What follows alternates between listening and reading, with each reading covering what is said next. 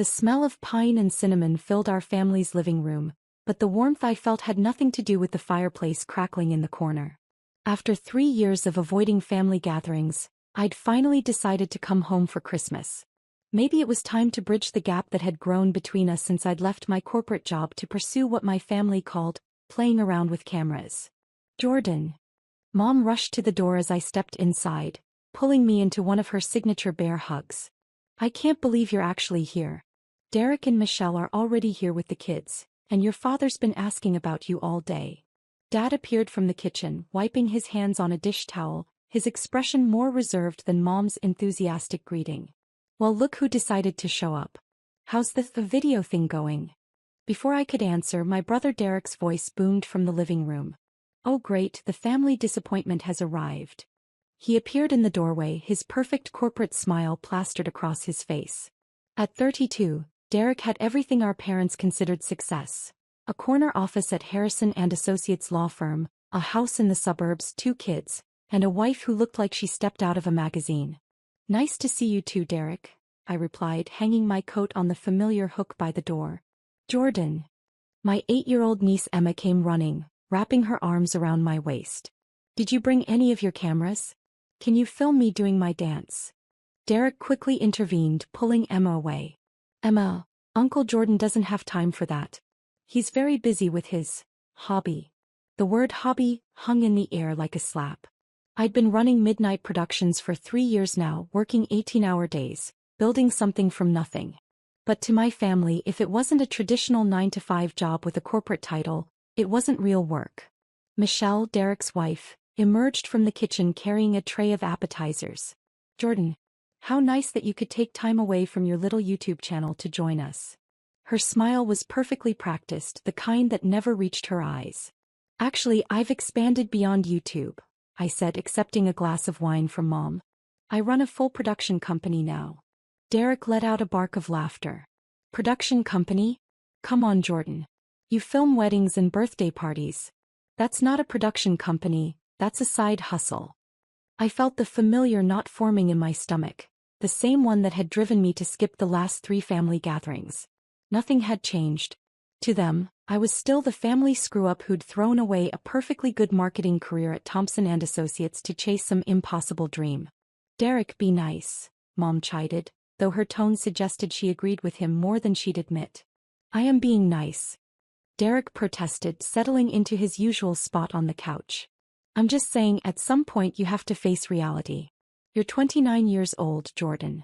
Most people your age are building careers, buying houses, starting families. What do you have to show for the last 3 years? Dad joined the conversation, his voice carrying that disappointed tone I knew so well. Your brother has a point, Jordan. We're not getting any younger, and seeing you struggle like this, it's hard on your mother and me.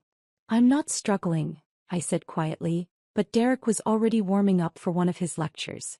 Really? Because last I heard, you were still living in that tiny apartment above the coffee shop.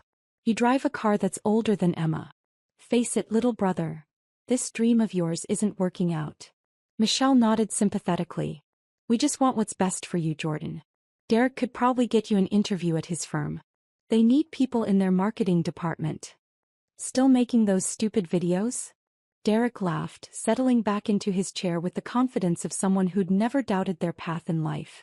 Get a real job like me.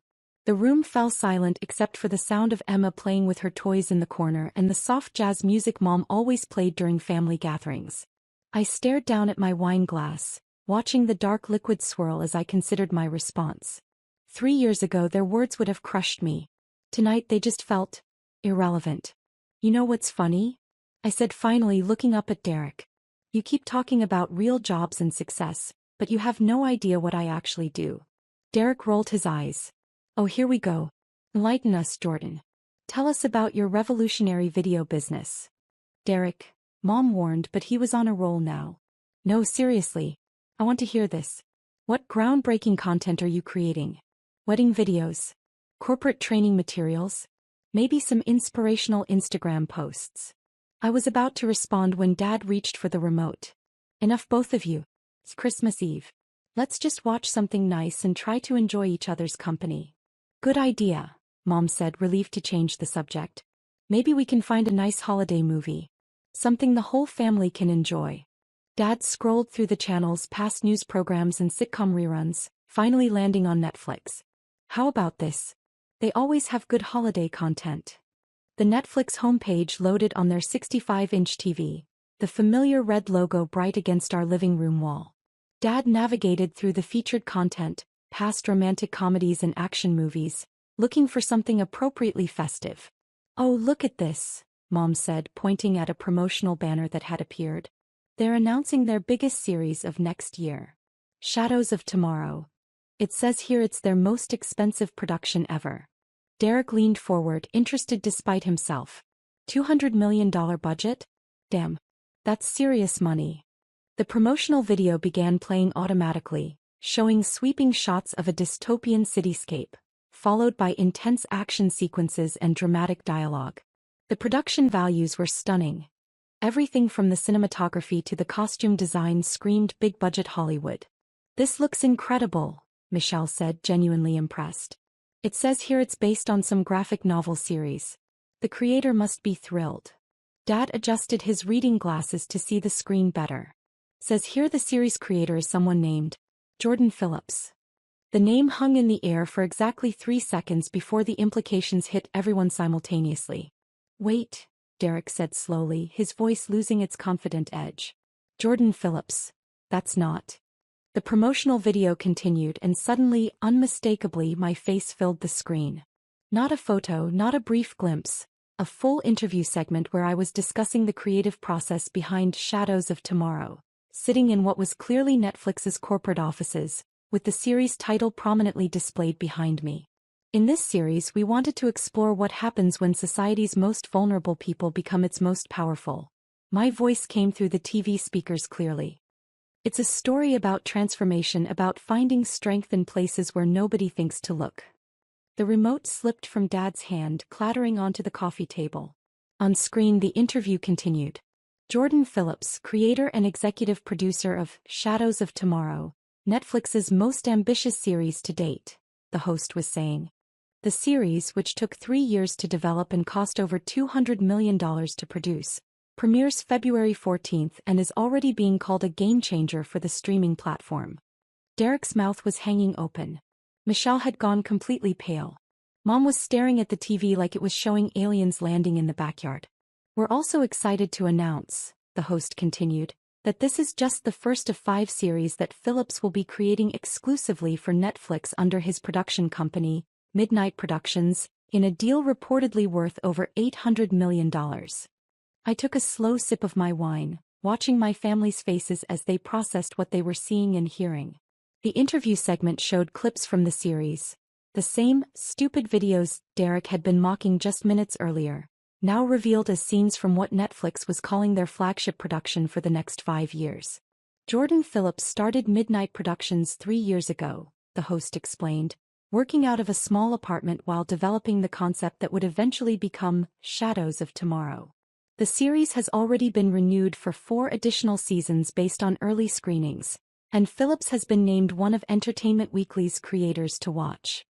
The promotional segment ended, returning to the Netflix homepage, but nobody moved to change the channel. The living room was so quiet I could hear the old grandfather clock ticking in the hallway. Emma, oblivious to the tension, looked up from her toys. "Uncle Jordan, is that you on TV?" "Yes, sweetheart," I said softly. "That's me." Derek finally found his voice, though it came out as barely more than a whisper. $800 million? I nodded. "That's just the Netflix deal. Midnight Productions has contracts with 3 other streaming platforms and 2 major film studios." Dad was shaking his head slowly, like he was trying to wake up from a dream. But you live above a coffee shop." "I own the coffee shop," I corrected gently. "And the building it's in. And 12 other properties downtown. I kept the apartment because I like it there. It's quiet, good for writing." Mom was still staring at the TV screen, even though it was now showing the regular Netflix interface. You never told us. "You never asked," I replied, not unkindly. "Every time I tried to talk about my work, someone would interrupt to tell me I needed a real job."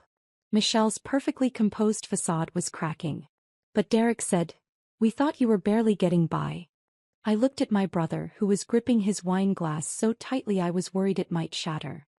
Derek made a lot of assumptions. You all did. I don't understand, Derek said, his voice hollow. If you were successful, why didn't you tell us? Why let us think? Because success isn't about proving people wrong, I said, standing up to refill my wine glass. It's about building something meaningful. And honestly, I was too busy building to care what anyone else thought about it. Dad was scrolling through his phone now, presumably looking up everything he could find about Midnight Productions and Shadows of Tomorrow. His expression grew more stunned with each article he found. Forbes listed you as one of the top entertainment entrepreneurs under 30, he read aloud. Says here you've won 3 international awards for independent film production. There's a whole Wikipedia page about your company. The apartment above the coffee shop, Mom said suddenly, as if she was putting puzzle pieces together. When you said you were working on a big project. I was writing the series Bible for Shadows of Tomorrow, I confirmed. It took 18 months to complete. I'd work all night, then test scenes with local actors during the day. The coffee shop was perfect because it stayed open late and the owner, well, I didn't mind the noise. Derek set down his wine glass and rubbed his temples. Jesus, Jordan. I had no idea. I know. But why didn't you say anything? All those times I gave you grief about getting a real job, about being responsible. You could have just told me. I settled back into my chair, considering how to explain 3 years of carefully maintained silence. Do you remember what you said when I left Thompson and Associates? Derek's face went pale. Jordan, that was 3 years ago. You said I was having a quarter-life crisis and I'd be back within 6 months, begging for my old job back. You bet Dad $50 I wouldn't last a year on my own. The memory hung heavy in the room. I could see from Derek's expression that he remembered the conversation clearly. You said creative people were impractical dreamers who couldn't handle the real world, I continued. And Michelle nodded along while she talked about how cute it was that I thought I could make a living with my little camera. Michelle winced. I didn't mean. Yes, you did, I said, not angrily, just matter-of-factly. And that's fine. You were entitled to your opinion. But I wasn't going to waste energy trying to convince people who had already decided I was destined to fail. Dad looked up from his phone. There's an article here from Variety. It says Netflix executives called your series revolutionary, and that it's tracking to be their most watched original content ever. The early numbers are promising, I agreed. Promising? Derek laughed, but it was a broken sound. Jordan, they're saying this could be bigger than some of the most successful shows in television history. I shrugged. See, the real test is when it premieres in February. Emma had wandered over during our conversation and now she tugged on my sleeve. Uncle Jordan, are you famous now? I guess some people might know my name, I told her.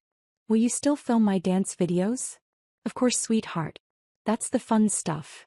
Derek was shaking his head again. I can't believe this. 3 years. 3 years of thinking you were wasting your life, and all this time I was building exactly what I set out to build, I finished.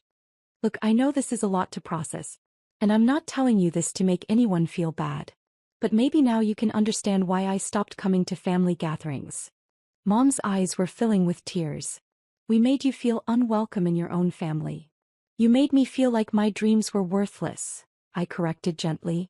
There's a difference. The room fell quiet again.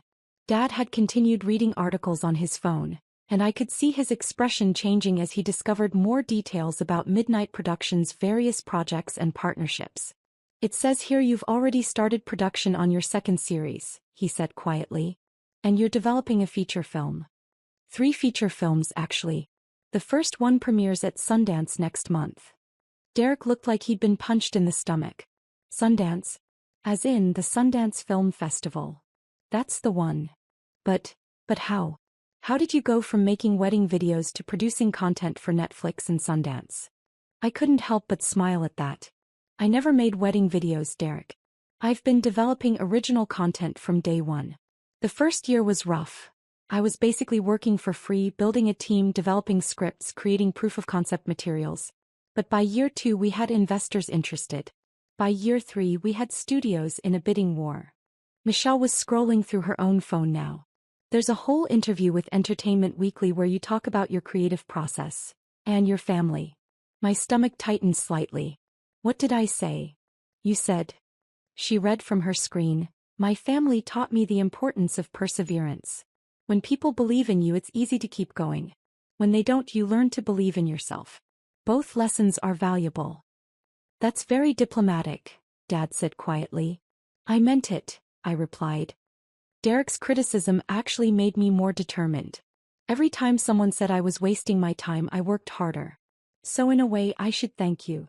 Derek looked like he was going to be sick. God, Jordan. I've been such an ass. You've been protective of your little brother, I said.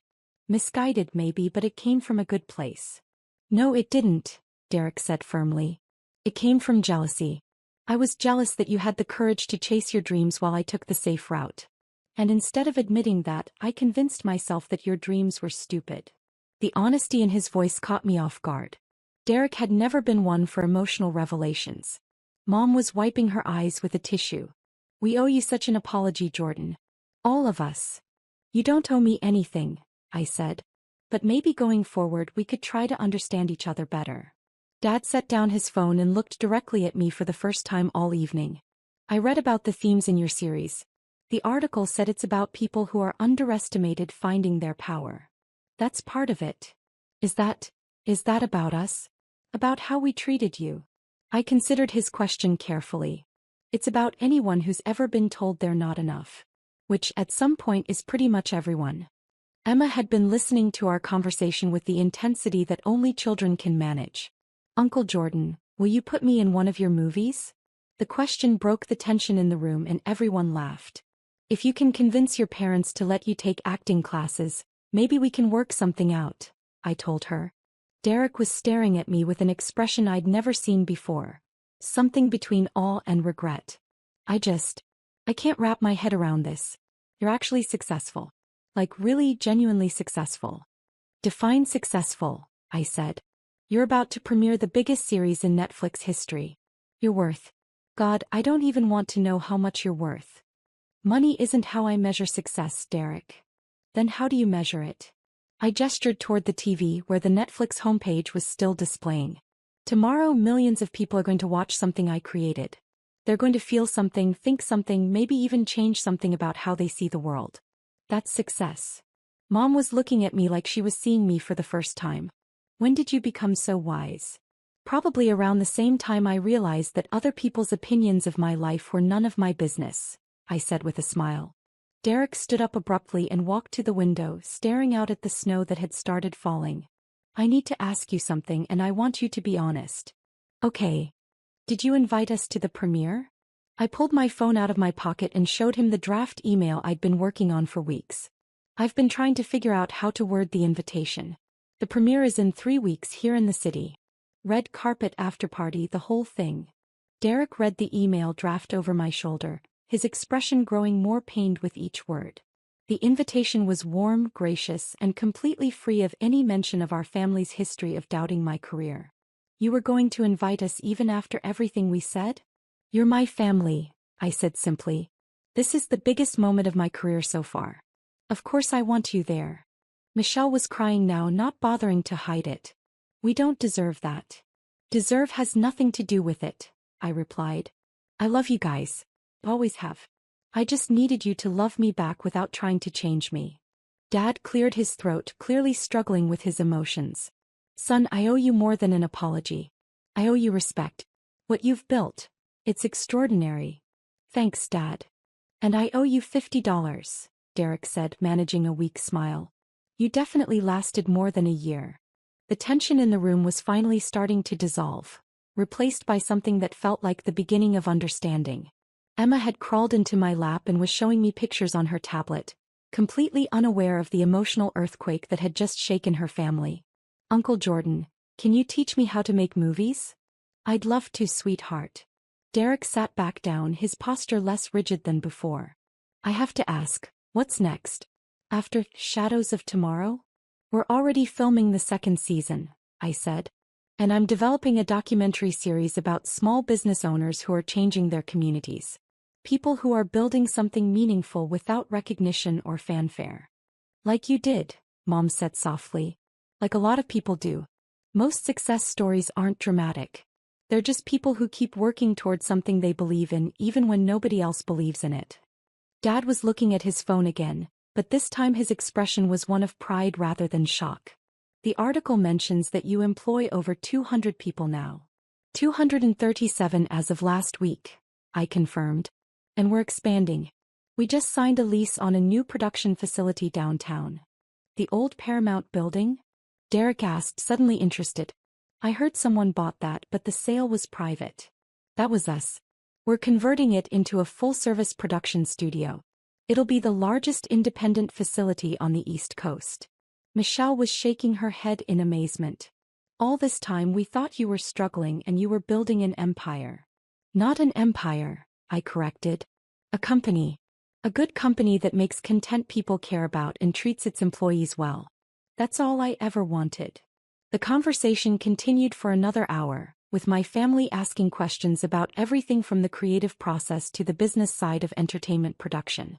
For the first time in years, I felt like they were actually interested in my life rather than trying to fix it.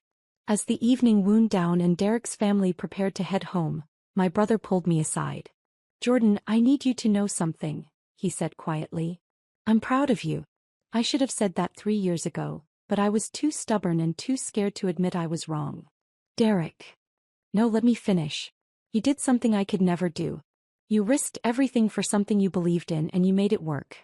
That takes courage I don't have. You have your own kind of courage, I told him. You built a life that makes you happy. There's nothing wrong with taking the safe route. Maybe. But there's something right about taking the brave route. And that's what you did. We hugged then, really hugged for the first time since we were kids. As I helped Mom clean up the living room later, she kept glancing at the TV as if she expected my face to appear again. I keep thinking I'm going to wake up and this will all be a dream, she said. It's real, Mom. I know. It's just, my baby is going to be on television. My baby created something that millions of people are going to watch. Your baby grew up, I said gently. He did. And I'm sorry it took me so long to notice. As I drove home that night through the snow-covered streets, I felt lighter than I had in years. The weight of my family's disapproval had been lifted, replaced by something I'd almost given up hoping for: acceptance. My phone buzzed with a text from Derek. Just bought a subscription to Entertainment Weekly. Need to catch up on my little brother's career. P.S. The kids are already asking when they can visit Uncle Jordan's movie studio. I smiled, thinking about Emma's excitement when she saw my name on TV, about the pride in Dad's voice when he realized what I'd accomplished, about Mom's tears when she understood how much I'd achieved while she thought I was failing. The next morning, Christmas Day, brought another surprise. My phone was full of notifications, friends and colleagues who had seen the Netflix announcement, interview requests from entertainment journalists, and congratulations from industry contacts. But the message that meant the most was from Emma. A video of her performing the dance she'd wanted to show me with a note that said, "This is for Uncle Jordan's next movie." 3 weeks later, at the premiere of Shadows of Tomorrow, my entire family sat in the VIP section, watching as I walked the red carpet and gave interviews to entertainment reporters. Derek looked slightly overwhelmed by the cameras and crowds, but Mom was beaming with pride, pointing me out to anyone who would listen. During my speech at the afterparty, I looked out at the crowd of industry professionals, cast and crew members, and investors who had believed in the project from the beginning. But my eyes kept finding my family's table, where Emma was wearing the fancy dress Mom had bought her for the occasion and Derek was recording everything on his phone. 3 years ago, I said into the microphone, this series was just an idea. A story about people who are underestimated, who are told they're not enough, who find strength in unexpected places. Tonight, that story becomes real for audiences around the world. But more importantly, tonight I'm reminded that sometimes the most meaningful success isn't proving people wrong. It's giving them the chance to see you clearly for the first time. The series premiered 2 weeks later to critical acclaim and record-breaking viewership numbers. But the review that mattered most to me came from Emma, who called to tell me that she'd watched the first episode with her parents and that it was even better than Disney movies. As I write this, Shadows of Tomorrow is in its second season with a third already greenlit. Midnight Productions has expanded beyond my wildest dreams, and I've been invited to speak at film festivals and industry conferences around the world. But the success that means the most to me happened that Christmas Eve, when my family finally saw me for who I really was. Not the dreamer who needed to be fixed, but the person who'd been building something meaningful all along. Sometimes the most profound victories aren't about proving doubters wrong. They're about being patient enough to let the truth reveal itself in its own time. And sometimes, if you're very lucky, the people who matter most will be there to see it when it does.